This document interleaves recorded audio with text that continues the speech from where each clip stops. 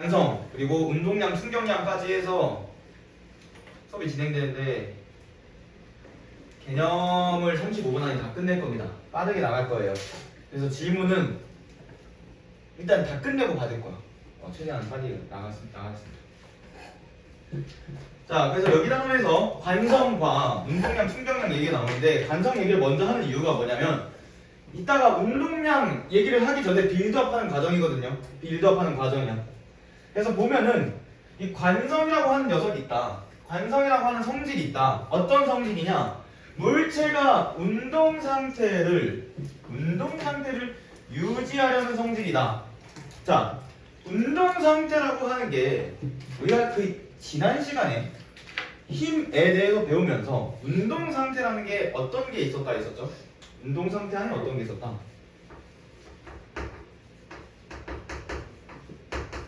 자, 물체의 운동 상태 안에 물체의 운동하는 방향과 그리고 빠르기, 속력에 해당하는 부분 이 두 부분이 힘 때문에 바뀐다. 그래서 이 운동 상태 안에는 방향과 빠르기가 있었다 라고 생각해 볼 수 있었죠. 그런데 지금 여기서 물체가 운동 상태를 유지하려고 한데 그렇다는 얘기는 별다른 무언가가 없으면 물체는 움직이는 방향과 움직이는 속도를 유지하려고 하겠네 라는 얘기예요. 그래서 얘를 간단하게 이렇게 생각해 보자는 거지. 운동 상태를 방향과 속력이니까 속도와 비슷한 거 아닐까? 속도와 비슷한 무언가가 아닐까? 라고 한번 시작을 해보겠습니다. 자, 그럼 이제 관성이라고 하는 녀석을 생각해 볼 건데 물체의 속도라고 생각해 보자 일단. 자, 어떤 물체 두 개가 있어가지고 물체 하나는 1kg, 물체 하나는 10kg이야. 얘네가 초속 10m의 속력으로 움직여. 자, 초속 10m의 속력으로 1kg짜리 물체와 10kg짜리 물체가 움직인다면 어느 게 더 멈추기 쉬울까요? 어느 게 더 멈추기 쉬울까? 내가 힘을 가할 거잖아. 힘을 가해서 멈춘다고 해보자. 누가 더 멈추기 쉬울까? 1kg이 더 멈추기 쉽겠지. 왜? 가벼우니까. 근데 내가 멈춘다고 하는 거는 물체에 뭐가 바뀌는 거야? 속력이 변하는 거네. 물체의 속력이 변하는 걸 보니까 무거우니까 좀 잘 안 변하라고 하네. 가벼운 애는 좀 더 쉽게 변하고, 이 관성이라고 하는 거, 물체가 운동 상태, 속도를 유지하려고 하는 거는 물체의 질량이 클수록 커지는구나. 관성은 물체의 질량에 비례하겠네. 관성이라고 하는 거는 물체의 질량에 비례하겠네. 질량이 클수록 운동 상태를 변화시키기 어렵구나. 질량이 클수록 운동 상태를 변화시키기 어렵구나. 자, 그래서 이제 두 가지 생각해 봅시다. 이 운동 상태, 속도에 따라 달라진다면 속도가 0이거나 또는 0이 아니거나 두 가지 상태가 있을 수 있겠네. 0인 상태는 우리한테 익숙하죠? 뭐에 해당해? 정지 상태. 자, 물체의 속도가 0이면 정지 상태고요. 물체의 속도가 0이 아닌데 그 값이 일정하면 뭐였죠? 일정한 속도. 등속도 운동. 자, 등속도 운동 상태. 등속도는 괄호 운동 상태.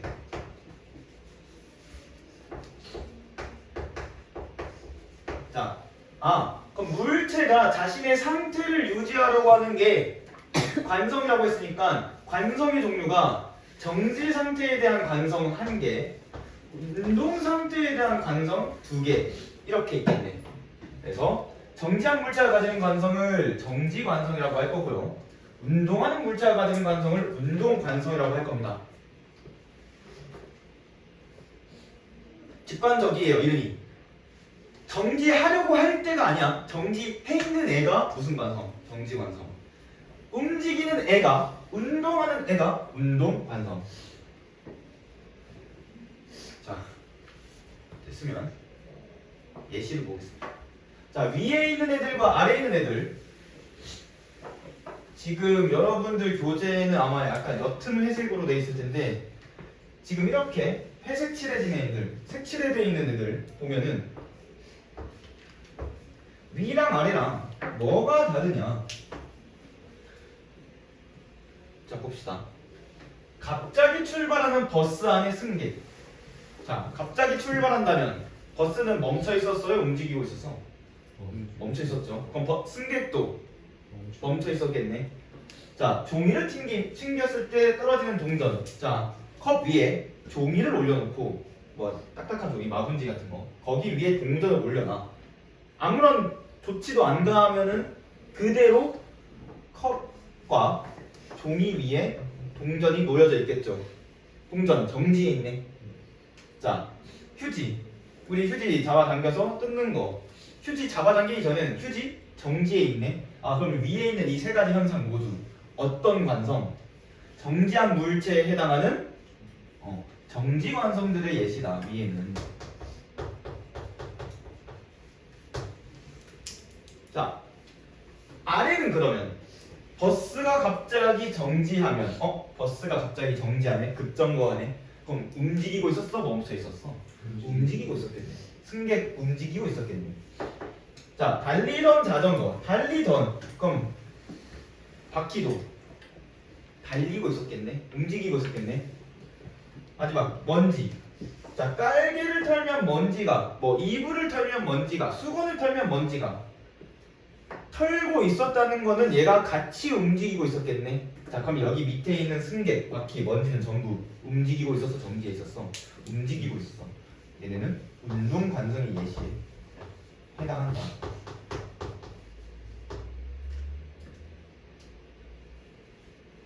왜 얘네가 운동 관성이에요? 라고 궁금하다면 나중에 찾아오면 됩니다. 얘네들을 두 개를 구분할 수 있어야 돼요. 구분할 수 있어야 돼요. 자, 정지 관성과 운동 관성이 있고, 이제 이 관성 현상 안에서 어떠한 일이 일어나는지를 좀 하나하나 좀 살펴보자고.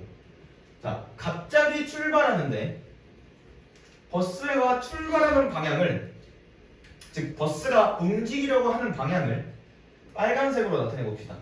자, 버스가 갑자기 출발할 거야. 자, 앞으로 움직이려고 할 거야. 그렇죠? 자, 버스가 앞으로 움직이려고 한다는 건 속력이 점점 증가해야 돼, 감소해야 돼? 속력이 증가해야 되네. 그러면 가속도를 한번 생각해 볼까? 속력 변하니까. 가속도의 방향은 어디일까? 운동 방향과 같은 방향으로 가속도가 형성되겠네. 그러면 버스는 질량이 있으니까 버스에 작용하는 힘의 방향은 운동 방향과 같겠네. 그쵸? 자, 그런데 버스 안에 있는 우리는 뒤로 넘어지려고 해. 그렇다는 얘기는 내가 느끼기엔 나는 힘을 어디로 받았어? 내가 뒤로 넘어지려고 해. 그럼 내가 힘을 어디로 받았다는 거야? 반대로 받았다는 거네. 실제로는 내가 힘을 뒤로 받진 않았어요. 근데 왜 전 뒤로 넘어지려고 해요? 내 기준에서 보면은 나랑 버스는 가만히 있었는데 버스가 갑자기 나한테 뒤로 힘을 가했기 때문에 내가 넘어지는 것처럼 느껴지는 거야. 근데 내 기준에서 볼 게 아니라 나는 버스라는 커다란 물체 안에 있는 거니까 버스가 움직이는 거에 대해서 내가 관성을 유지하려고 하다 보니 뒤로 힘을 받는 것처럼 느끼는 거예요. 그래서 내가 느끼는 이 힘을 관성 현상에 의한 힘이다 해서 관성력이라고 하고, 이 관성력은 가짜 힘입니다. 가짜 힘. 진짜 힘이 아니다. 자, 그런데 이 내가 받는 힘의 크기는, 이 내가 받는 관성력의 크기는 보통 이 관성 현상에서 나타나는 받고 있는 힘이랑 보통 비례합니다. 가속도의 크기가 같아야 돼. 내 기준에서 버스가 앞으로 가속한다면, 그러니까 밖에서 봤을 때 버스가 앞으로 가속한다면 내 기준에선 버스가 뒤로 가속하는 거랑 똑같이 느껴지거든요. 그럼 내가 받는 힘은 버스의 가속도에다가 내 질량 곱해준 거랑 똑같겠네. 물론 정확히 크기가 얼마인지 구하시오 라는 문제는 거의 안 나와요. 근데 보통 이 내가 받고 있는 힘이 저 힘과 가속도에 비례하겠네 라는 거 유념해 줍시다. 자, 두 번째, 정지하는 버스에서는 자, 버스 움직이는 방향은 일단 여기였어. 그렇죠? 자, 버스가 멈추려고 한다면 속력이 늘어나야 돼? 감소해야 돼? 감소해야겠죠? 속력 감소니까 가속도의 방향은 운동 방향과 반대로, 당연히 힘도 운동 방향과 반대로 작용하겠네. 왜? 운동 방향과 반대로 힘을 가해주면 속력이 어떻게 된다고? 감소한다고. 자, 그럼 근데 이 기준에서 나는 무슨 방향으로 힘을 받았죠? 앞으로 넘어지려고 하네? 내가 느끼는 관성력의 방향은 버스가 받는 힘의 방향과 반대네. 아, 결론.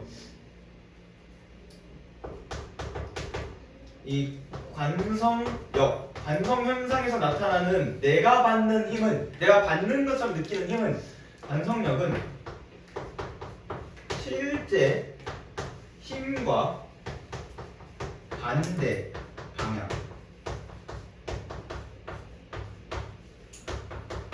실제로 받는 힘과 반대 방향으로 뭐가 작용한다? 관성력이 작용한다. 자, 그래서 내가 걸어가다가 돌뿌리랑 부딪혀. 내가 앞으로 넘어지는 건 내가 돌뿌리로부터 뒤로 힘을 받았기 때문에. 알겠나요? 자, 안 보일 것 같긴 한데. 그래서 밑에 관성 법칙이라 적혀 있는데, 자, 관성 법칙. 물체에 작용하는 R자 힘이 0이면 운동 상태가 변하지 않는다. 자, 포인트. R자 힘이 0이면. R자 힘이 0이라는 거는 어떤 힘이 0이라는 거네요. 근데 R자 힘이 뭘까? 얘는 간단히 말해서 물체에 작용하는 모든 힘을 하나로 합한 것, 또는 모든 힘을 하나의 힘인 것처럼 간주하는 것입니다. 하나로, 우리는 일단 계산할 때는 하나로 합쳐주면 되는데 실제로 적용을 시킬 때는 한 개의 힘인 것처럼 볼 거야. 근데 뭐 지금은 더 하면 됩니다. 지금은 뭐 내년에 여러분들 물리를 듣거나 물리학을 수강하거나 아니면 뭐 2학기에 역학과 이런 데를 수강한다면 그때부터는 조금 다르게 생각해줘야 되지만 지금 수준에서는 이 R자 힘이라고 하는 게 있어. 걔가 모든 힘을 하나로 합친 거다 라고 생각해주면 된다.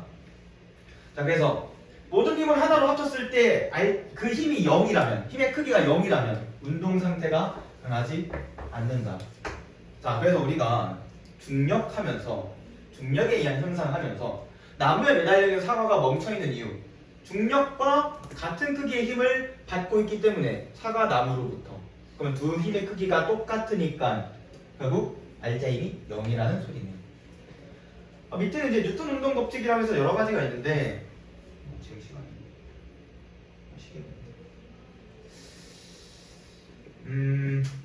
좀 간략하게 설명할게요. 여기가 관성의 법칙, 위에서 적힌 거랑 똑같죠? 일단 이거 잠깐만 킵해두고 가속도의 법칙 봅시다. 자, 뉴턴 운동 법칙 제2법칙을 가속도의 법칙이라고 하는데 왜 가속도의 법칙이냐? 우리가 알고 있는 건 F는 mA인데 왜 가속도의 법칙인가요? 자, 가속도 먼저 시작할 거야. 자, 가속도라고 하는 건 언제 생기냐? 가속도라고 하는 거는 언제 생기냐?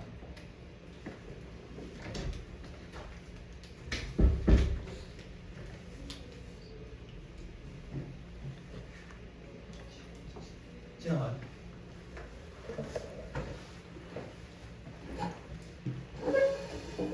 자, 이 가속도라고 하는 거는 언제 생기냐? 물체가 힘을 받았을 때 속도가 변해. 그럼 힘을 받기 전에 속도가 웬만하면 안 변하겠네.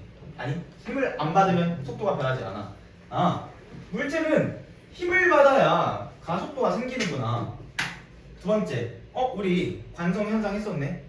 근데 물체의 질량이 크면 클수록 운동 상태 변하기 힘들다며. 이 물체의 속도가 변하는 거는 질량에 반비례하네. 가속도는 질량에 반비례하고 힘에 비례하는구나.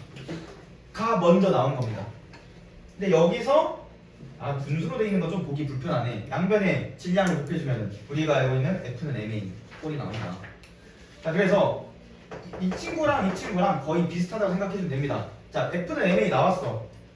자, 가속도라고 하는 거는 단위 시간 동안 속도 변화량을 보는 거였잖아. 그쵸? 자, 알짜 힘이 0이라는 거는 가속도가 0이겠네. 질량이 0일 순 없으니까. 자, 가속도가 0이야. 근데 단위 시간 또는 시간 변화량이 0일 순 없으니까 뭐가 0이 돼야 돼? 여기가 0이 돼야 되겠네. 물체의 속도 변화가 0이라고. 물체의 작용하는 알짜 힘이 0이면 물체의 속도 변한다, 안 변한다? 안 변한다. 물체의 속도가 안 변한다는 얘기 다시 말해서 뭐라? 물체의 상태가 유지된다. 물체의 운동 상태가 유지된다. 그래서 관성의 법칙과 가속도의 법칙 같이 기억해 주면 되고요. 작용 반작용의 법칙. 요거는 뒤에 나올 충돌이랑 같이 봐줘야 돼서 작용 반작용의 법칙. 자, 중력하면서 두 물체 사이에서 작용하는 중력. 크기는 같고 방향은 서로 반대다. 라고 했었죠. 자, 항상 어떤 액션이 있어. 어떤 작용이 있어. 그럼 그 친구에 대한 반작용이 항상 같이 있어야 돼. 이 친구에 대한 반작용이 항상 같이 있다. 자, 내가 누군가를 밀면 그 사람도 나를 미는 거랑 똑같다 라는 얘기예요. 두 물체에서 상호작용하는 힘은 서로 크기가 같고 방향이 반대다. 자, 두 물체가 충돌하거나 아니면 내가 벽을 밀거나 내가 수영을 하거나 로켓이 날아가거나 모든 상황에서 이 힘을 작용한다는 거는 한쪽으로만 주는 게 아니라 양방향으로 내가 전체적으로 봤을 때 양방향으로 힘이 작용하고 있다. 전체적으로 보면 힘은 합쳤을 때 0이 된다는 거예요. 작용하고 반작용을 합쳐주면 기억해주고 운동량, 충격량 본론으로 넘어갑시다.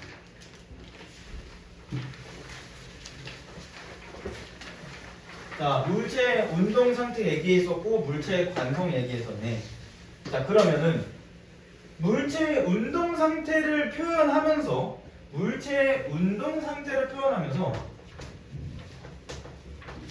동시에 운동 상태를 변화시키기 어려운 정도 관성을 표현하려고 한다면 어떻게 해주면 좋을까? 라고 시작해 봅시다. 운동 상태는 속도에 따라서 비례할 거라고 볼 수 있고 관성이라고 하는 거는 질량에 비례한다고 볼 수 있으니까 관성과 운동 상태의 곱, 정확히 곱은 아니지만 관성과 운동 상태의 곱으로 또는 관성과 운동 상태에 각각 비례하는 어떤 새로운 값, 물리량을 생각해 볼 수 있겠네. 이 친구를 그래서 물체가 운동하는 정도를 나타내는 물리량이다 해서 운동량이라고 합니다. 운동량. 자, 운동량. 그럼 운동하는 정도를 나타낸 거니까 운동 상태 V가 속도가 클수록 커지겠네. 두 번째, 운동 상태를 변화시키려면 이 관성에 따라서 그 관성의 크기만큼 변화시키기가 어려우니까 관성의 크기에 따라서 이 운동하는 정도가 달라지겠네. 두 개의 곱에 비례한다. 운동량이 질량과 속도의 곱에 비례한다. 자, 크기는 질량과 속도의 곱입니다. 크기는 질량과 속도의 곱입니다. MVP라고 해서 과거에는 MVP로 많이 유명했습니다. MVP. 그다음에 단위. 질량의 단위는 킬로그램, 속도의 단위는 미터 퍼 세컨드. 그러면은 운동량의 단위는 킬로그램, 미터 퍼 세컨드가 되겠네요.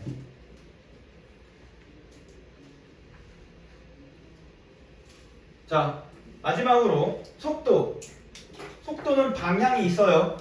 속도는 방향이 있어요. 속력이랑은 달라. 속도는 방향이 있어. 속도는 방향이 있어. 그렇다는 얘기는 운동량도 방향이 있다. 물체의 운동량 방향은 물체의 운동 방향이다. 즉 속도의 방향이다. 자, 운동량은 저렇게 하면 정의가 끝이야. 자, 충격량. 자, 운동량이 변하는 상황이 여러 가지 있어. 즉 물체의 속도가 변하는 상황이 여러 가지가 있어. 자, 물체의 속도가 언제 변하냐? 힘을 가해줬을 때 변하겠죠. 그렇죠? 물체에 힘을 가해줬을 때 변할 거야. 그래서 우리를 예를 간단하게 충격을 줬다고 해봅시다. 얘가 내가 뭐 시간을 길게 뒀든 짧게 뒀든 물체의 속도가 변했으니까 충격을 받았다, 충격을 줬다라고 생각해보자. 자, 그럼 물체가 받은 이 충격의 정도를 나타낼 수 있겠네. 이 충격의 정도를 나타낼 수 있겠네. 그래서 이 친구를 충격량이라고 합니다. 표현은 대문자 i를 씁니다. 대문자 i. 대문자 i. 자, 근데 물체가 받은 충격의 정도를 볼 건데 우리가 궁금한 건 결국 속도가 얼만큼 변했냐라는 거야. 속도가 얼만큼 변했냐. 자, 그래서 내가 힘을 줄 거야, 힘. 내가 어떤 힘을 줄 거야. 짧게 시간을 주든 길게 시간 주든 이 친구가 어떤 힘을 받았을 거야. 그쵸? 어떤 힘을 받았을 거야. 그리고 그 힘을 어떤 시간 동안 받았을 거야. 자, 그럼 한번 봅시다. 어떤 시간 동안 힘을 받았다 해보자. 일정한 크기의 힘을 받았다고 해보자. 자, 그런데 힘은 뭐 곱하기 뭐였죠? 질량 곱하기 가속도였네. 그렇죠? 자, 그런데 가속도의 정의는 단위 시간당 속도 변화량 델타 t분의 델타 v. 델타 t분의 델타 v. 델타 t 겹치니까 지워주면 뭐만 남아? 질량 곱하기 속도 변화량. 자, 그런데 여기서 질량 웬만하면 변하지 않아. 그러면 값이 일정하니까 변화량 안에 넣어도 되겠네. 자, 이렇게 묶어줄 수 있겠네요. 괄호 안은 뭐예요? 괄호 안은 뭐예요? 우리 했던 거, 위에서 했던 거, 바로 위에서 했던 거. 질량 곱하기 속도 뭐야? 운동량. 그럼 얘 뭐야? 운동량의 변화량. 자, 충격량은 다시 말해서 뭐다? 운동량의 변화량이다. 그럼 이제 단위를 생각해 볼 수 있겠네. 힘의 단위 뉴턴, 시간의 단위 초. 따라서 뉴턴 퍼 세컨드가 될 수 있고요. 운동량의 변화량이니까 운동량의 단위랑 똑같겠네. 킬로그램 미터 퍼 세컨드가 될 수 있네요.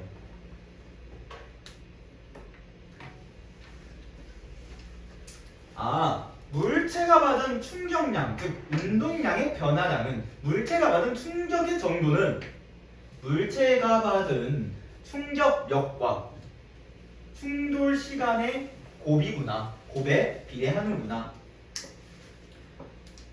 자, 당연히 물체가 받은 충격력의 방향, 충격량의 방향은 이 친구의 방향은 시간 또는 힘의 방향 중 하나겠네. 근데 시간은 뭐 방향을 딱히 설정할 수가 없으니 힘의 방향으로 설정되겠네요. 아, 충격량의 방향은 충격력의 방향이다. 다시 말해서 힘의 방향이다.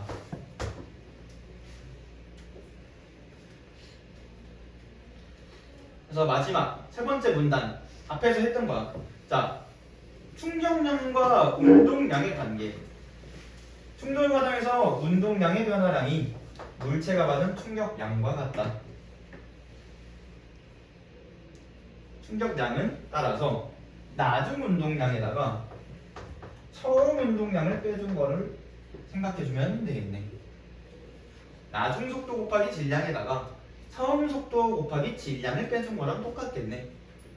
자, 이제 충돌과 안전장치 하면은 개념은 끝이야. 교과서 교재 개념은 끝입니다.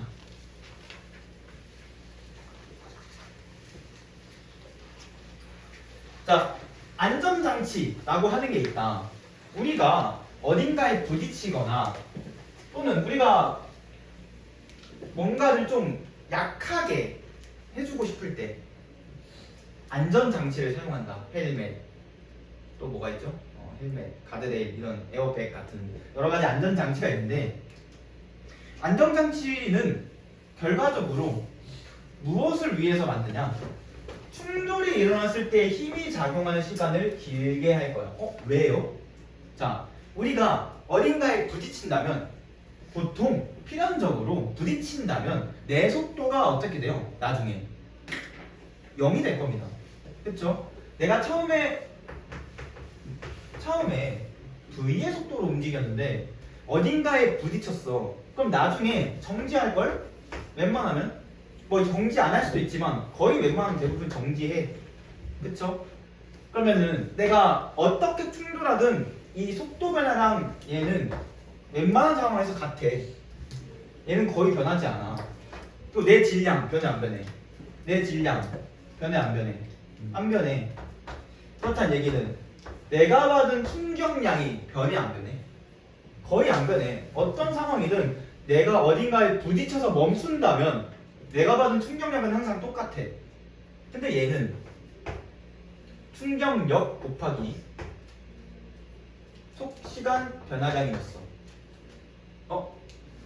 얘랑 얘를 곱해서 항상 충격량이 될 건데 여기가 크면 여기가 짧을 거고 여기가 크면은 여기가 작겠네.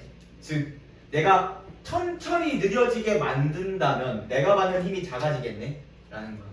아, 물체가 받는 충격량은 일정하니까 물체가 받는 힘의 크기가 감소하는 거야. 자, 그래서 밑에는 우리가 계란을 바닥에 떨어뜨릴 때랑 방석에 떨어뜨렸을 때 깨지는 모습과 깨지지 않는 모습을 통해서 우리가 받는 충격력이 어떻게 되는지 한번 생각해 볼 수 있다는 거야. 자, 운동량의 변화량은 똑같아. 둘 다 충돌 전에 속력이 0이 돼. 충돌 직전의 속력이 최대야. 두 번째, 충돌 후에 달걀의 속도는 0이 돼. 그러면 두 물체의 속도 변화량은 같아 달라?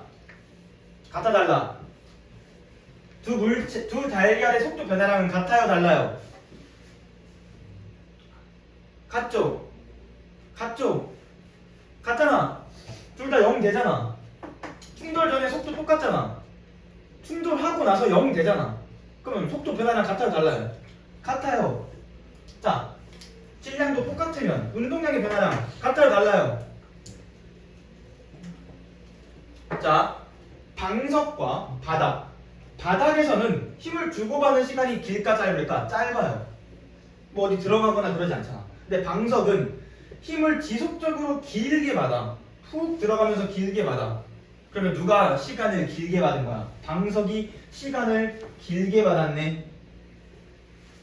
그런데 힘 곱하기 시간은 뭐라고? 충격량이라고.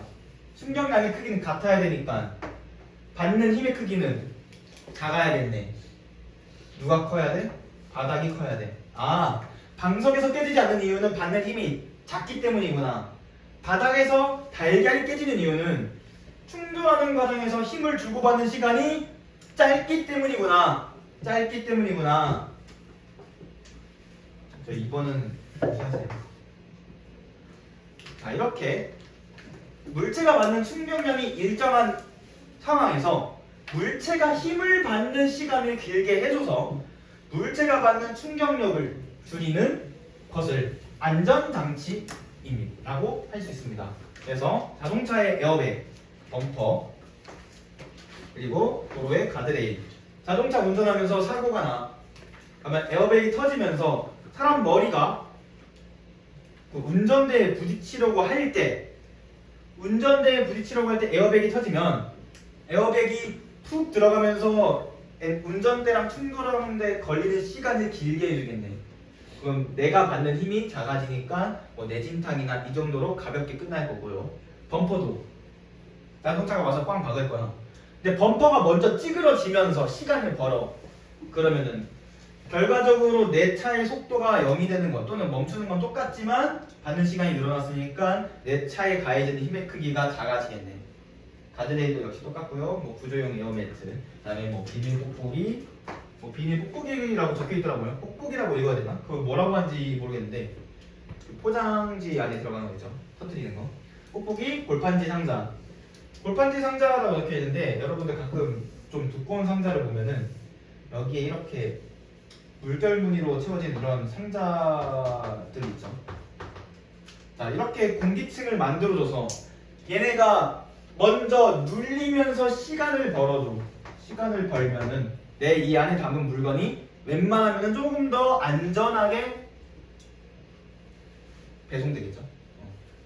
자, 이제 운동량, 충격량, 반동 다 했어. 그럼 이제 운동량이랑 충격량을 배운 이유가 뭐냐? 운동량이 변하는 경우 어떤 현상이 나타나는가 살펴봅시다. 자, 가장 간단한 예시 중에 하나인 두 물체가 충돌하는 과정에서 운동량이 과연 어떻게 변하는지 살펴보자고. 자, 일단 포인트가 몇몇 개 있다. 서로 충돌하는 동안 A가 B랑 충돌하면서 A는 B한테 힘을 가해. 그쵸? A는 B한테 힘을 가해. 두 번째, B는 A가 나한테 주는 힘에 대한, 즉 A가 B한테 주는 작용에 대한 반작용을 다시 A에게 동시에 가합니다. A가 B한테 가하는 힘과 B가 A한테 가하는 힘, 두 힘은 크기가 같고 방향은 반대다. 이거 뭐였죠? 뉴턴 운동 제3법칙, 작용 반작용 법칙. 작용 반작용 법칙.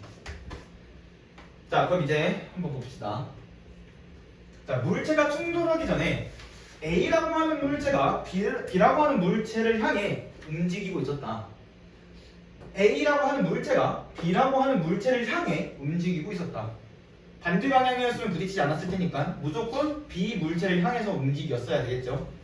자, 여기서 VA는 B보다 커야 되고요. 오른쪽 방향은 똑같으면 방향은 웬만하면은 서로 부딪히려고 하는 방향이구나, 아니면 한쪽이 빨라야 된다. 자, 이 과정에서 A의 운동량, B의 운동량을 살펴보자. A의 질량은 그대로니까 MA, VA. B는 MB, VB. 운동량이 이렇게 나올 거야, 처음에. 자, 두 번째. 물체가 충돌하는 동안 일정한 크기의 힘을 받는다고 해봅시다. 충돌하는 동안. 자, 그러면 A는 얼만큼의 힘을 얼마 동안 받았죠? F만큼의 힘을 델타 T만큼 받았어. 자, 근데 힘의 방향이 어디야? 내가 움직이는 방향이랑 반대 방향이네. 그러면 마이너스. 자, 내 운동량은 그대로 가져올 거야. 운동량 그대로 가져오고,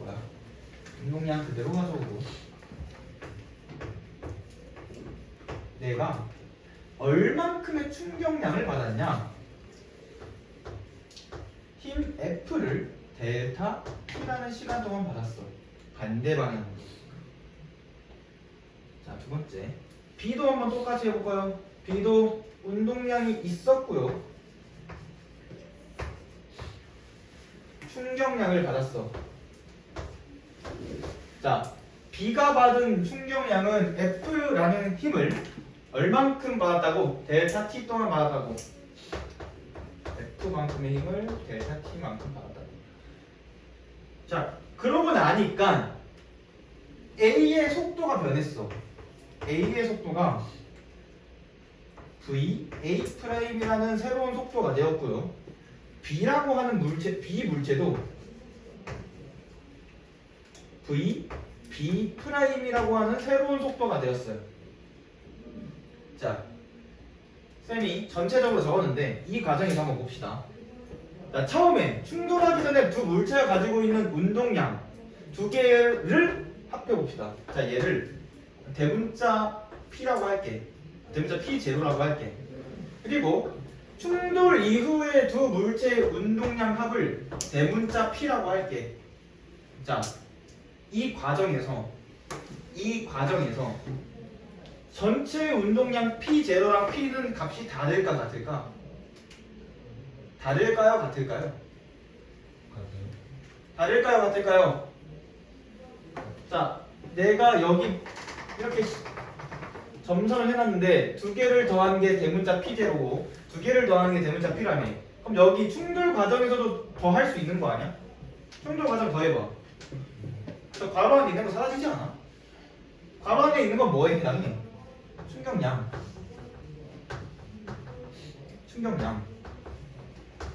자, 괄호 안에 있는 거는 충격량인데 두 충격량의 크기가 같은데 방향은 어때? 반대네.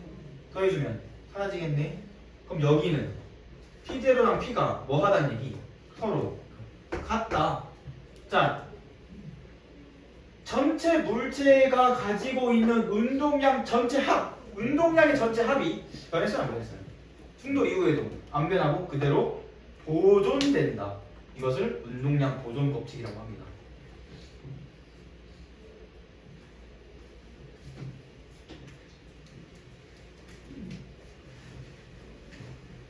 자, 두 물체가 받은 충격 과정에서 충격력의 크기는 서로 같다고 했었고요. 그걸 통해서 충격량의 크기가 같네. 충격량의 크기가 같다는 건 두 물체의 운동량 변화량 크기가 같다. 운동량 변화량 크기가 같다. 자, 그래서 여기 지금 빠졌는데 A의 속도 뒤에다가 속도 변화량 B에다가 B의 속도 뒤에도 변화량 해주세요.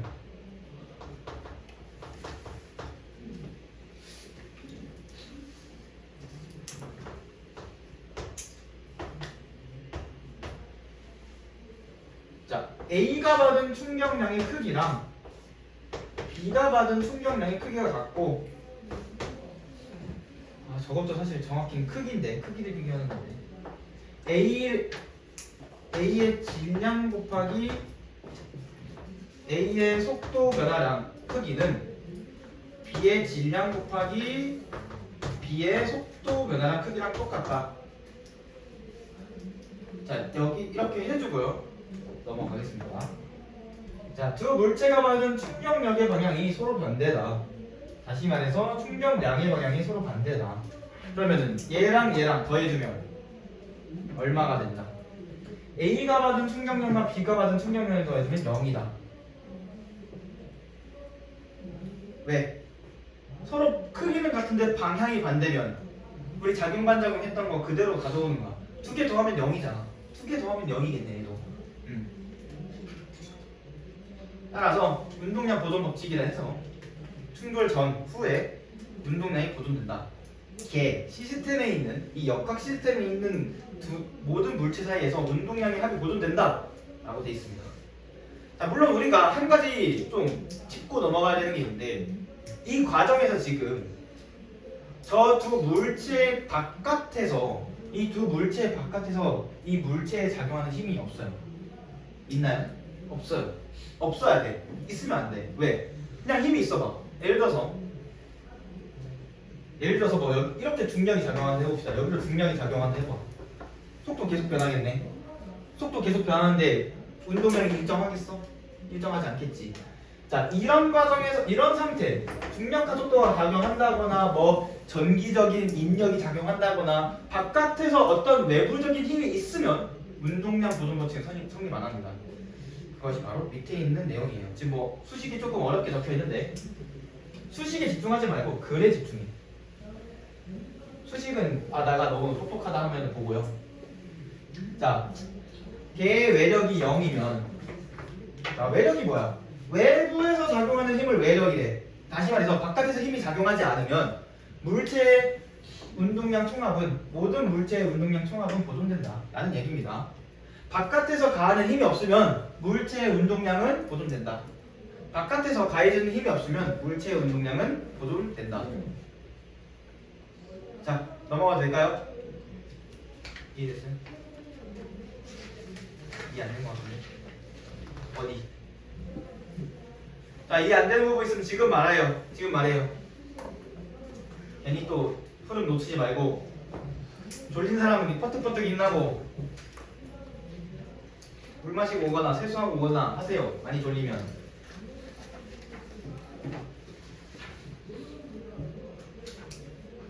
이해 안 되는 부분, 질문 있는 부분 지금 해요. 지금. 없으면 넘어갑니다. 다들 이해됐나요? 넘어갈게요. 자, 운동량의 보존. 자, 두 물체가 충돌하는 경우에서 지금 내가 이걸 적어놨었는데 왜 적어놨었냐? 자, 운동량의 변화량이 크기가 똑같다고 했었죠. 운동량 변화량 크기가 똑같다라고 했었는데 지금 걔를 곱하기로 된 걸 표현하면 이렇게 돼 있어. 그러면 이제 여기를 좀 지워야 돼.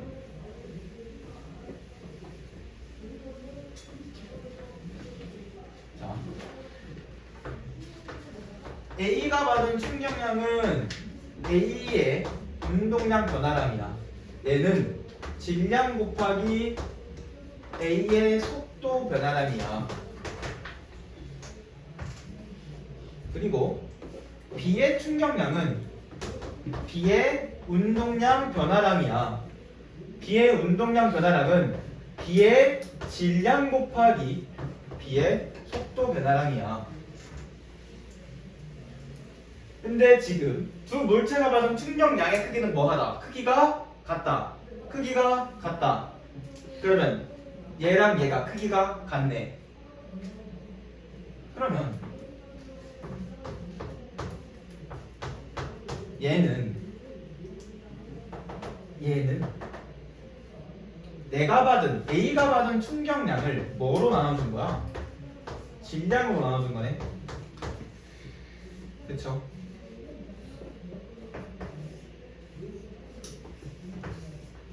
B가 받은 B의 속도 변화량도 B가 받은 충격량을 뭐로 나눠준 거야? B의 질량으로 나눠준 거네. 자, 그러면 두 물체의 속도 변화량의 크기를 비교하면 두 물체의 속도 변화량의 크기를 비교하면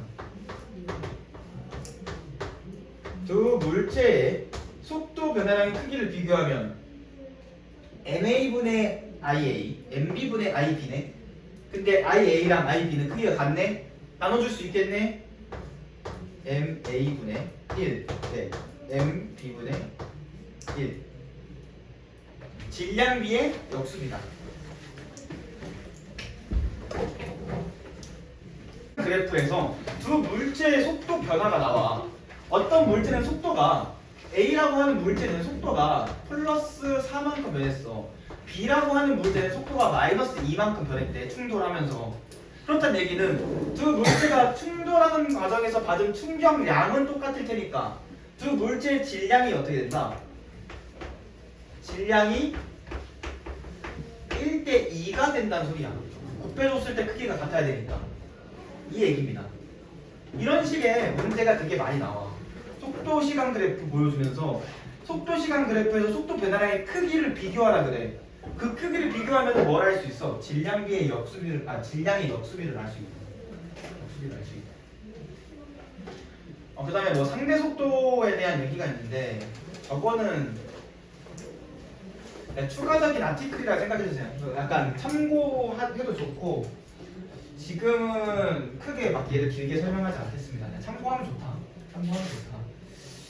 막 바득바득 외울 필요는 없고 약간 초고난이도나 아니면은 그 다음 진도 범위를 좀 미리 예습하고 싶으면 봐도 좋습니다. 자, 충돌 전의 운동량의 합은 충돌 후의 운동량의 합이다. 이거 계속 했던 거죠? 뭐예요? 운동량 보존. 두 물체가 가지는 운동량의 크기는 충돌 과정 전후에서 보존된다. 자, 근데 마지막 4번. 자, 두 물체가 하나로 합쳐지는 경우에도 성립한다. 하나로 합쳐지는 경우에도 성립한다. 자, 하나로 합쳐지는 경우가 뭐가 있나요? 할 수 있는데 찰흙 두 덩이를 움직여서 서로 부딪히게 한다거나 아니면 좀 간단하지만 현실적이면서도 간단한 예시 중에 하나가 나무 도망이나 아니면 뭐 어떤 물체에다가 총 대포를 발사하는 경우 포탄이 부딪혀 한 덩어리가 돼. 그러면은 하나로 합쳐졌어. 이 과정에서도 뭐가 성립한다? 두 물체가 가지는 운동량의 합이 똑같다. 두 물체가 가지는 운동량의 합이 충돌 전과 후가 같다. 자, 여기는 이제 베이스로 삼고 가면 되고요. 자, 물체가 스스로 쪼개지거나 폭발이 일어나는 경우. 물체가 스스로 쪼개지거나 폭발이 일어나는 경우. 많이 없네. 자, 물체가 한 덩어리짜리 물체가 있는데 얘가 반으로 쪼개지면서 양옆으로 서로 멀어진다고 해보자.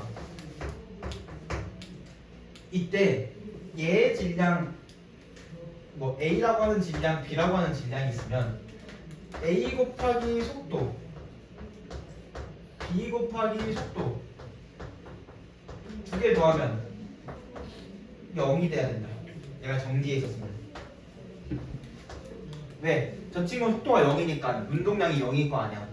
아, 정지해 있는 물체가 반으로 쪼개지면서 알아서 움직인다면, 즉 뭐 안에서 폭발이 일어났든 뭐 로켓 그 추진제처럼 두 개가 나눠지면서 분사가 일어났든 두 물체가 가지는 운동량의 합은 0이 돼야 된다. 따라서 두 물체 운동 방향이 서로 정반대겠네. 얘는 플러스라고 한다면 얘는 마이너스가 되겠네. 왼쪽이 플러스라면 오른쪽이 마이너스가 되겠네. 정지에 있었을 경우에는. 움직이는 경우에는 좀 다르게 생각해줘야 돼요. 움직이는 경우에는 좀 복잡해지지만 뭐 여기에 딱히 정해져 있을 테니까. 됐고요. 저 친구가 움직이고 있든 움직이지 않든 확실한 건 하나야. 서로 멀어져. 쪼개지면 서로 멀어져야 돼. 약간 좀 당연한 얘기예요. 자, 벽과 충돌하는 물체. 이제 여기 지울게. 벽과 충돌하는 물체. 자, 벽과 충돌하는 물체는 더 이상 운동량 보존 법칙이 성립하지 않는다. 자, 벽을 향해서 물체가 뭐 V제로로 움직였는데 벽과 충돌하고 이 방향으로 V로 간대.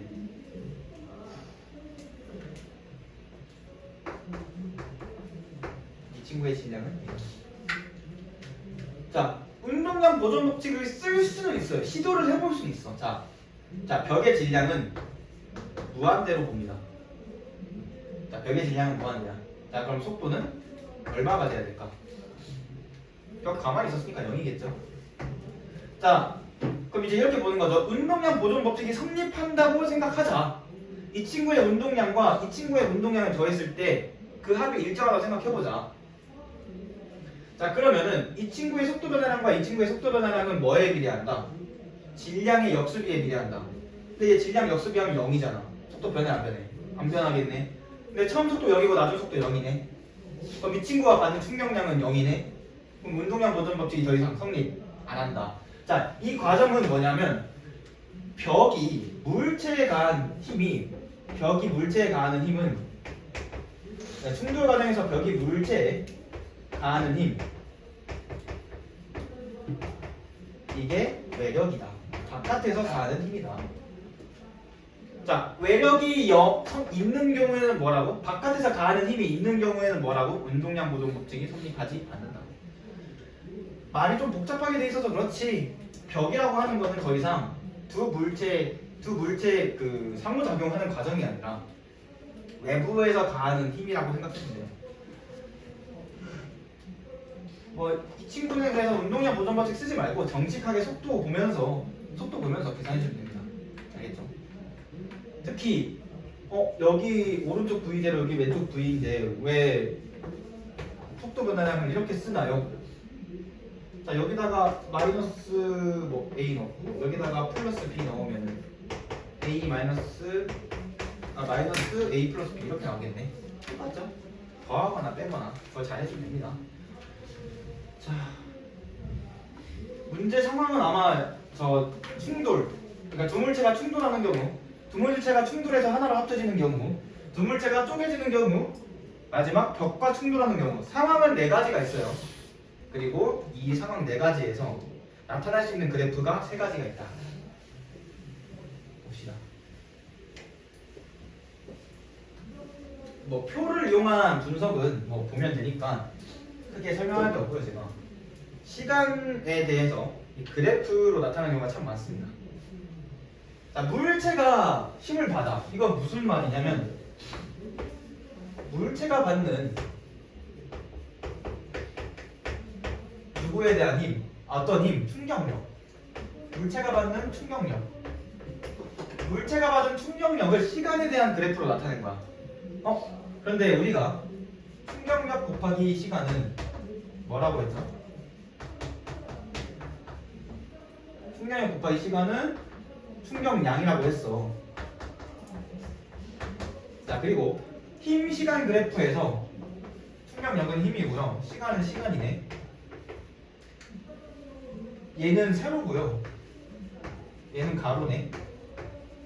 그러면 이거 넓이라는 소리네. 이렇게 볼 수 있겠네요. 힘 시간 그래프에서 그래프 아래 넓이는 뭐에 해당한다? 충격량에 해당한다. 자, 가장 간단한 직사각형의 경우 F 곱하기 델타 T 또는 T, F 곱하기 T 충격량이네. 그런데 이렇게 종 모양의 곡선 그래프가 나올 수 있어. 이 경우에는 넓이를 어떻게 계산할지 몰라. 지금은 계산할 수 없어요, 넓이를. 하지만 친절하게 넓이가 얼마인지 주어준다. 뭐 얘가 24N/S라고 하거나 아니면은 하다못해 넓이 SA라고 하거나 이렇게 넓이가 주어집니다. 자, 근데 보통 이렇게 시간이 나와 있는 경우가 있고 평균 힘이라고 하는 새로운 개념을 제시합니다. 평균 힘이라고 하는. 자, 평균 힘이니까 뭘 말하는 것 같아? 내가 받았던 충격력을 어떤 일정한 크기의 힘인 것처럼 생각하자. 자, 얘가 얘랑 똑같다면 어떤 평균적인 힘을 이 시간 동안 받은 거랑 똑같이 볼 수 있는 거 아니야? 실제로 내가 받는 힘은 계속해서 달라지지만 일정한 크기의 힘을 받는 거랑 똑같이 본다. 즉, 이 넓이와 똑같은 직사각형을 만드는 높이를 평균 힘이라고 보면 됩니다. 자, 그러면은 여기 넓이가 같을 때, 자, 힘 시간 그래프를 그렸을 때,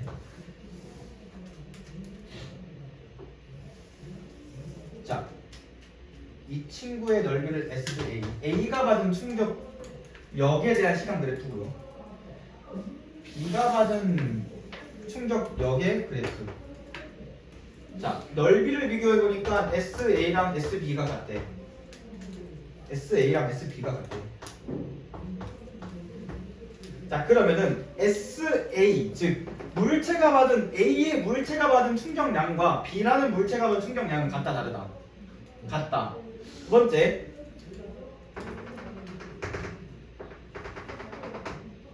A가 받은 평균 힘, 다음에 B가 받은 평균 힘. 자, A 평균 힘을 비교했을 때 누구의 평균 힘이 크다? A의 평균 힘이 크다. 왜 A의 평균 힘이 크죠? 자, 넓이는 똑같은데 직사각형의 넓이는 똑같은데 A에 해당하는 직사각형은 이 가로 넓이가 짧고 B 직사각형은 가로 넓이가 기네. 그럼 높이는 누가 커야 돼? A가 커야 되네. 네, T1과 T2를 비교했을 때 누가 크니까? T2가 크니까. 이거 앞에서 했던 거죠. 뭐야? 충돌, 안전장치.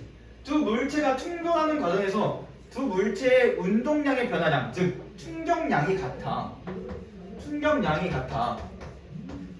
같을 때, 충격량의 크기가 같을 때 두 물체가 받는 힘 또는 평균 힘은 시간에 따라서 달라진다. 시간에 반비례한다라는 얘기야. 그래서 보통 이렇게 많이 나옵니다. 곡선인 경우에는 면적을 주어지는 경우가 있고요. 그 다음에 곡선이 아니고 직선의 조합으로 나타나는 경우, 그러면 넓이를 계산할 준비를 해라. 자, 내려가서 속도 시간 그래프. 속도 시간 그래프. 자, 속도 시간 그래프랑 운동량 시간 그래프 두 개가 거의 똑같다고 보면 됩니다. 뭐가 다르냐? 자, 운동량 시간 그래프는 질량 곱하기 속도. 운동량은 질량 곱하기 속도. 그리고 다시 시간 그래프. 뭐가 다른 거야? 속도 시간 그래프에다가 질량 곱해주면 운동량 시간 그래프 돼. 속도 시간 그래프에다가 질량 곱해주면은 운동량 시간 그래프가 돼. 자, 그러면 속도 시간 그래프에서의 우리가 기억하고 있던 그런 물리량들을 떠올려주면 되겠네. 자, 속도 시간 그래프 기울기. 속도 시간 그래프에서 기울기 델타 T분의 델타 V A. 속도네. 그쵸? 자, 속도 시간 그래프에서의 y축 변화량 또는 세로 변화량 뭐에 해당해? 델타 V. 속도 변화량.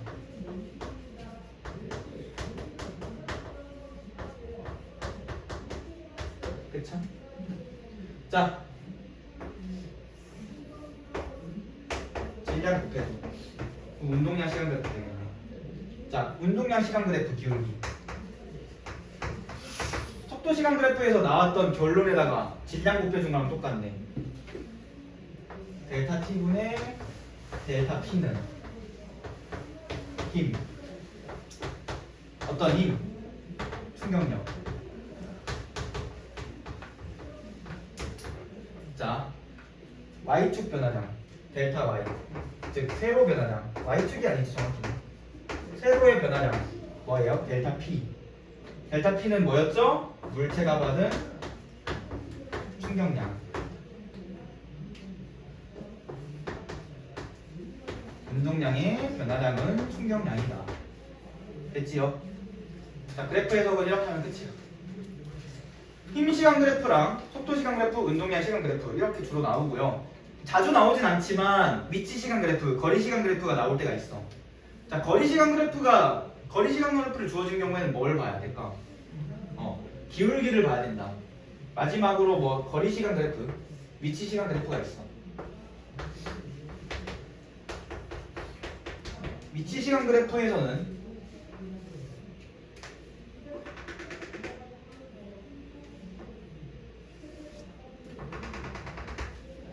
그래프에서는 기울기의 변화량을 봐라.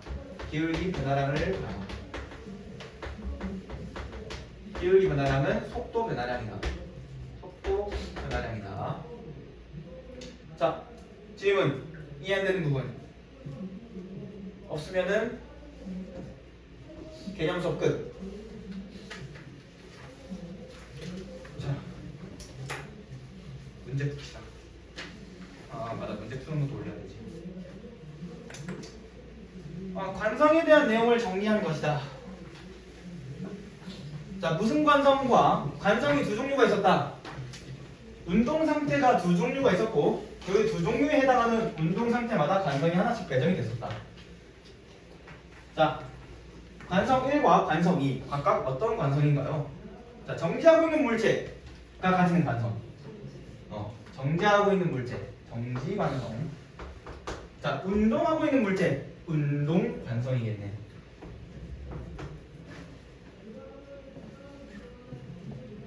자, 달리던 버스 운동 중이었다 아니었다? 운동 중이었다. 자, 망치 자루를 바닥에 두드려. 자, 이거는 조금 해석하는 게 어려울 수 있는데 간단히 생각해 봅시다. 자, 내가 망치 자루 또는 장도리를 이 머리가 빠졌어. 그래서 얘를 다시 끼우려고 망치 자루에다가 망치 머리를 끼우고 얘를 확실하게 결합시켜주기 위해서 얘를 이렇게 두드려 주는 거야. 내가 이렇게 두드려 준다는 거는 망치 자루가 움직이고 있었다 안 움직이고 있었다? 움직이고 있었지. 망치 자루는 움직이고 있었잖아. 움직이다가 바닥에 두드리는 건 멈추는 거 아니 그때야? 그쵸? 내가 이렇게 치면서 멈추는 거야. 즉 얘도 운동 중이었다.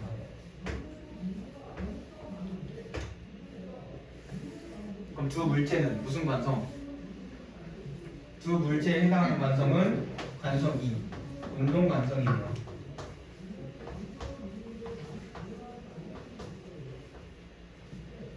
자, 달리던 버스가 갑자기 멈췄을 때 앞으로 쏠리는 이유는 운동 관성으로 설명할 수 있다. 자, 니은 볼까요? 달리던 버스가 멈췄을 때 승객이 받는 힘의 방향, 버스의 운동 방향과 반대다. 자, 승객이 받는 힘의 방향, 무슨 힘 말하는 거죠? 자, 승객이 받는 힘은 가짜 힘일까 진짜 힘일까? 진짜 힘이죠. 승객이 받는 힘이잖아. 관성력은 진짜 힘이 아니라니까. 얘는 진짜 힘이 아니에요. 자, 승객이 느끼는 힘의 방향과 받는 힘의 방향은 전혀 반대야. 느끼는 건 뭐야? 내가 그렇게 힘을 받는 것처럼 느끼는 거죠. 실제 힘이 아니야. 근데 내가 받는 힘이라는 거는 버스를 통해서 내가 힘을 어디로 받고 있냐는 거야. 버스가 멈출 때 나도 멈춰야 되잖아, 어쨌든. 그러면 버스랑 같은 방향으로 힘을 받아야 되는 거 아니야? 버스가 힘을 받는 방향으로. 자, 버스가 지금 달리던 버스가 이렇게 움직이고 있었다가 힘을 받아서 어떻게 멈춰야 돼? 이렇게 멈춰야 돼. 내가 느끼는 힘의 방향은 여기지만 실제로 받는 힘은 어디야? 뒤야. 내 몸은 실제로는 점점 느려져야 돼. 그쵸? 멈춰야 돼. 버스랑 같이 멈춰야 돼. 다만 내 기준에서는 버스가 지 혼자 뒤로 가는 것처럼 버스가 지 혼자 뒤로 간단다. 버스가 지 혼자 앞으로 가는 것처럼 느낀다는 거야. 자, 그래서 버스의 운동 방향과 승객이 받는 힘의 방향은 서로 반대가 맞습니다. 자, 디귿. 자, 기억에 등가속도 운동이 들어갈 수 있다. 맞죠? 왜 맞죠? 자, 운동하는 물체에 작용하는 합력, 알자 힘이 0이면 물체는 속도 변화량이 없다. 물체는 속도가 변하지 않는다. 그렇다는 얘기는 운동하는 속도가 그대로 유지되겠네. 속도가 일정하겠네. 속도가 일정해? 속도가 일정한 운동. 무슨 운동? 등속도 운동. 자, 등속도 운동이니까 등가속도 운동 들어갈 수 있다 없다? 없다. 자, 니은의 속도가 빠를수록, 자, 망치 머리의 속도가 빠를수록 관성도 커진다. OX.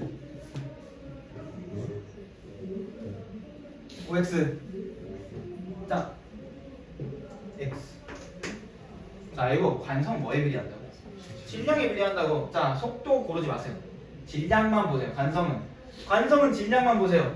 속도는 운동량 얘기할 때만 꺼내고 그 외에 관성 얘기할 때는 속도의 속자도 꺼내지 마. 속도랑 뭐 상관없어. 전혀 상관없어. 빠르기 전혀 상관없어. 자, 마지막. 달리던 버스가 갑자기 멈췄을 때의 관성 현상과 망치자루를 내려칠 때의 관성 현상은 같은 종류다.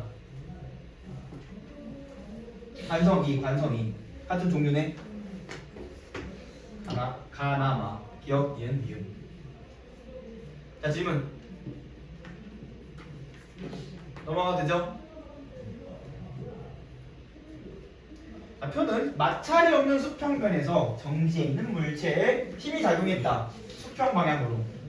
자, 마찰이 없으니까 외력은 없다. 따로 추가적인 힘은 없다. 즉 주어진 힘만 봐라. 자, 그리고 힘의 크기와 힘이 작용한 시간 질량을 주어졌네. 그렇다는 얘기는 일단 충격량을 구해라.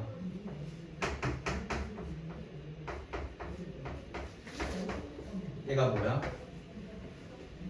질량 곱하기 속도 변화량. 자, 충격량을 구하라는 건 힘 곱하기 시간을 하라는 소리네. 그쵸? 단위는 뉴턴 세컨드.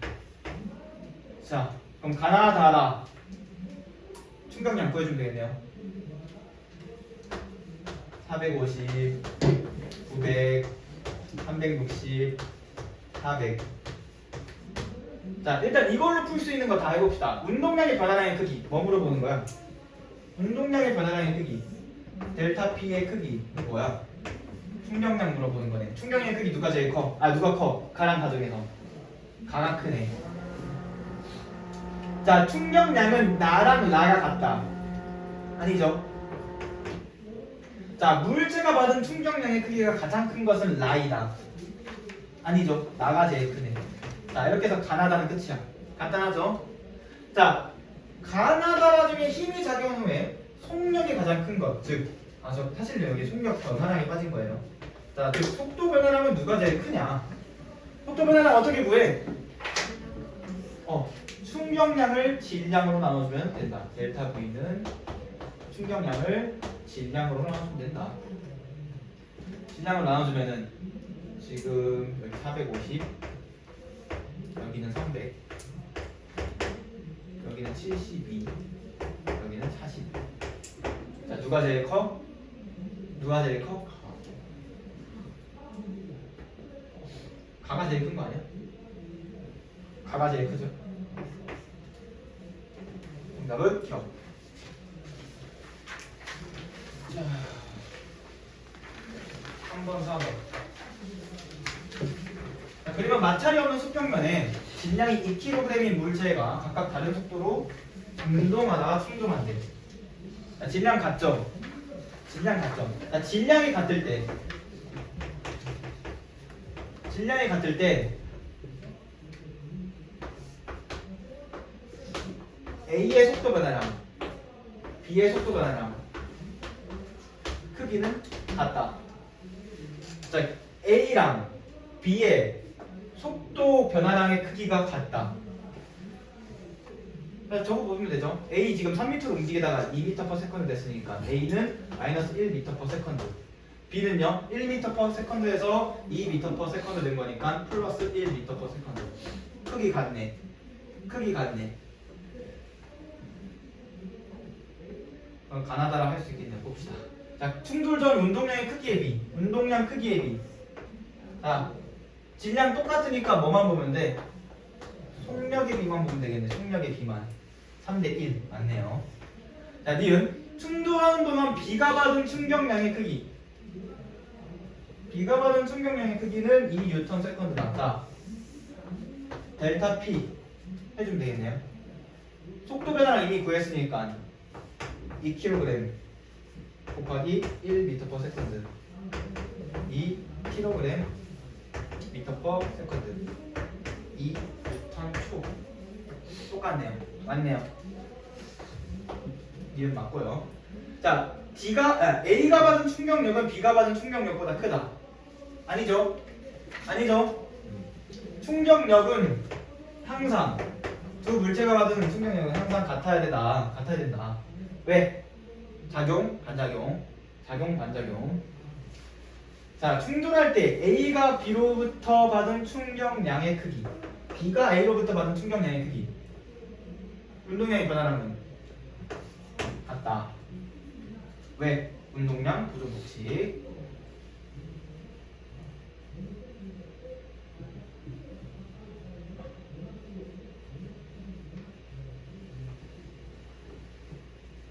자, 4번. 그래프 문제 나왔네요. 자, 이제는 조금 복잡한 상황 중에 하나인데 여기까지 한번 봅시다. 자, 물체에 9N의 힘을 가했는데 A랑 B가 한 덩어리가 돼서 같이 움직인대요. 자, A랑 B가 한 덩어리가 돼서 같이 움직이는데 한 덩어리가 됐을 때 어떤 현상이 있냐? 두 물체의 속력은 같고요. 두 번째, 두 물체가 받는 가속도의 크기도 같습니다. 왜? 속도 변화량도 같을 거 아니야. 시간에 대한 속도 변화량이 같으니까 가속도도 똑같겠네요. 한번 봅시다. 지금 나는 B에 대한 속력을 시간에 대한 그래프로 나타냈대. 그렇단 얘기는 뭐랑 똑같아? A의 속력이랑도 똑같아. 자, 봅시다. 4초 동안 6m/s만큼 변했으니까 가속도 얼마? 4초 동안 플러스 6m/s 2분의 3 또는 1.5 2분의 3 m/s 제곱. 자, 두 물체에 작용하는 가속도는 똑같다. 자, 그럼 이제 A에 작용하는 힘을 한번 생각해보자. A에 작용하는 힘 FA. A에 작용하는 힘. 자, 힘은 질량 곱하기 가속도였다. 그러면은 4kg 곱하기 2분의 3 m/s 제곱 2분의 12 따라서 12N. 아니 2분의 12 6N. A가 받는 힘의 크기 6N이래. 자, A가 받는 힘의 크기 6N이래. 나머지 3N 어디 간 거야? B한테 가고 있다. B가 3N의 힘을 받고 있다. 자, B도 그러면 이제 B 3N, B의 질량 곱하기 가속도인데 가속도는 똑같잖아.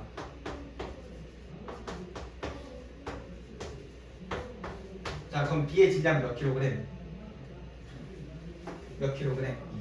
2킬로그램. B의 질량은 2킬로그램.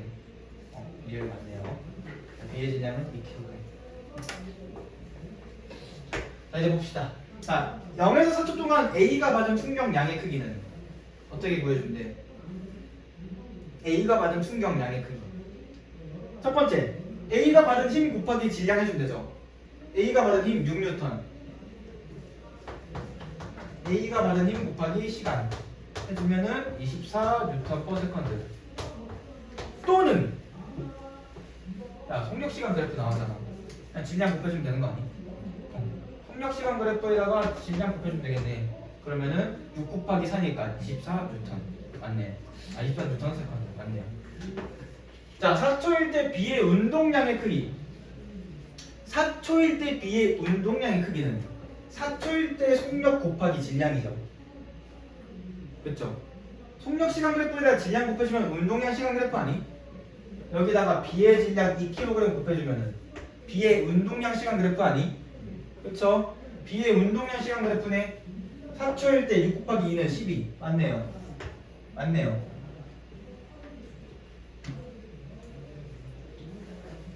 자, 지금 두 물체가 받은 충격량의 크기는 A랑 B가 서로 같다.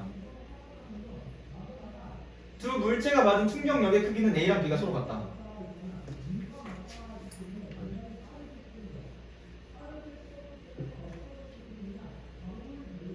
충격력의 크기는 A랑 B가 서로 같다. 같나요? 다른가요? 자, 충격량을 시간으로 나눠주면 되죠. 충격량을 시간으로 나눠주면 되죠. 자, 봅시다. A가 받은 충격력은 A가 받은 운동량의 변화량을, 즉 충격량을 시간으로 나눠주면 돼. 그러면 A가 받은 충격력은 6N이 나올 거고요. B가 받은 충격력은 B가 받은 운동량의 변화량 12kg/s를 뭘로 나눠주면 돼? 시간으로 나눠주면 되겠네. 그러면은 3N이 되겠네요. A랑 B의 충격력은 서로 다르네요. 왜 얘는 다른가요? 라고 물어볼 수 있는데, 자, 충돌 과정이 아니에요. 저희 두 물체가 충돌하는 과정이 아니고, 두 번째는 9N이라는 힘이 바깥에서 작용하고 있네. 그렇다는 얘기는 뭐야? 외부에서 가한 힘이니까 외력이네. 운동량 보존 법칙 승리 만합니다. 따라서 미용도 같은 이유로 승리 만합니다. 운동량 보존 법칙은 언제만 성립한다? 바깥에서 힘을 가하지 않을 때만. 내부에서 힘을 가하는 건요? 그건 괜찮아. 내부에서 힘을 가하는 건 괜찮아. 이제 폭발 같은 거, 폭발, 로켓의 분사 이런 건 괜찮아. 그런 거는 운동량이 보존됩니다. 로켓도 운동량 보존돼요. 그 바깥으로 매연이라고 해야 되나? 그 가스 분출물. 걔들 나가는 것까지 다 고려하면 보존됩니다. 내부 공기 저항과 마찰이 존재하지 않는다면. 질문 없으면은 조금 이르긴 하지만 일단 수업